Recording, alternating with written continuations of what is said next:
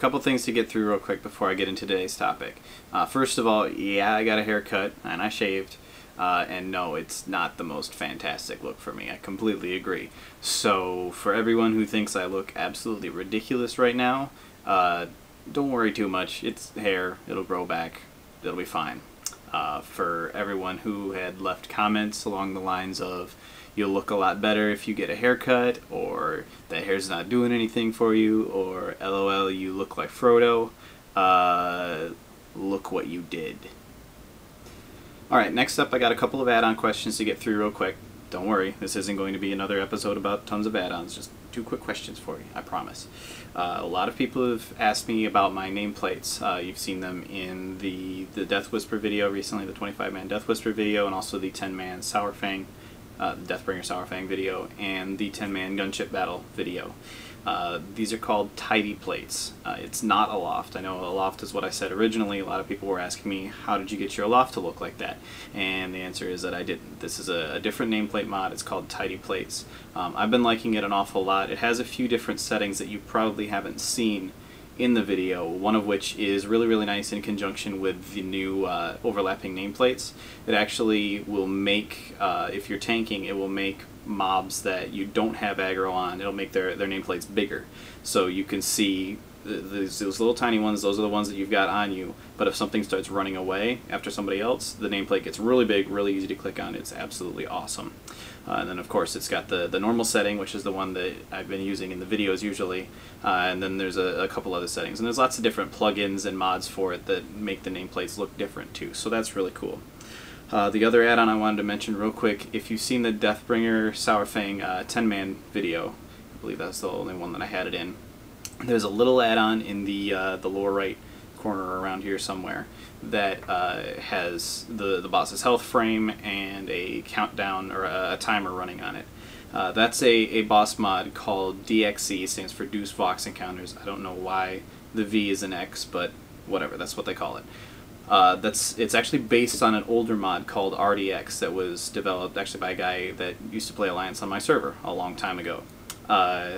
It's a continuation of that kind of. It's a boss mod suite. It's really nice. It's got a whole lot of features in it. I ended up switching back to DBM just because it was something I was more familiar with. If you just feel like playing around with different mods, it's definitely worth a try, and it's most certainly worth a look at because it does have some really, really cool features that DBM doesn't have. Okay, so today I thought I'd talk a little bit about a mod called Gear Score. Basically what this does, if you're unfamiliar with it, is it looks at every piece of gear that you or someone else has equipped, figures out what item level it is, what quality it is, and what slot it's in, and assigns it a number. Then it adds all those together to come up with your gear score, you know, just a basic number that says how good your gear is. The idea behind this is so that people who are running pugs can look at someone's gear at a glance, get an idea, this is how good your gear is, and it does that very, very, very well. For what it does it incredibly well. It's a very quick and simple way to look at someone's gear and tell how good their gear is. And that obviously has its uses. If you're putting together an Icecrown Citadel raid, for example, and someone who's wearing nothing but Quest blues and greens wants to join, you probably don't want them in there. But, and there's a pretty big but on the end of this one.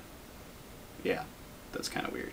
Anyway, the problem that the mod runs into is that far too many people are using it for things that it unfortunately just doesn't do all that well. The biggest problem that pugs have in getting DPS really does not have anything to do with their gear, unfortunately. That's just how it works. Gear is relatively easy to get a hold of these days, specifically, like, especially since the patches come out, people have like a 5,000, 5,500 gear score with no real problem whatsoever. It's really not that hard to get. So the problem then becomes you have these people with really, really high gear scores that are just not good at their class. And typically in a pug, when you have someone who's just not doing very well, it's not because their gear isn't that great, it's usually because they just don't know how to play. So you still have to watch out for that, and unfortunately I don't know of a way that a mod can quickly tell you whether or not someone is going to be good at the game or not. It's a little bit too ethereal to be able to pull out of a mod. The other problems that it runs into is that it's really not terribly intelligent in regards to gearing.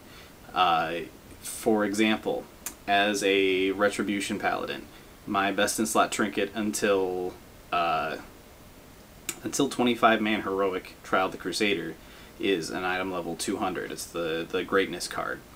That, as far as gear score is concerned, is just an item level 200 item. That's not particularly anything special. And there's obviously other classes that have the same problem.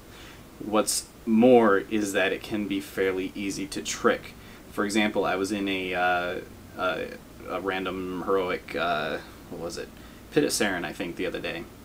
And the caster trinket dropped off the last boss. I had a Death Knight ask if he could roll on it because it was better than his item level 200 Dark Moon card, and it would give him a higher gear score, basically. So those are the problems with it. It's fairly easy to trick, and it just doesn't tell you if someone's going to be good. So what I'm not saying is that gear score is terrible and that no one should ever use it. That's not what I'm saying. It has its uses. You just need to use it intelligently. You cannot look at it and figure out how skilled someone is. If you want to use it just to weed out people with bad gear, then alright, but you're still probably going to end up with bad people in your pug. If you want to find good people in your pug, unfortunately, you're just going to have to look up their armory, go through their achievements, see what they've done, look at their gearing, have a good idea how they should be gearing for their class, that sort of thing. And you're just going to have to spend that amount of time finding these people. I'm sorry, that's just how it is. So, that's my little spiel about gear score. So, thanks for watching. Hope everybody has a good holiday. You should be seeing this either on Christmas Eve or the day before Christmas Eve, depending on when it goes up. So, Merry Christmas. If you haven't yet, definitely go to our website, www.tankspot.com/shop.php. And in there you'll find a whole listing of our new t-shirt line that we're taking pre-orders on.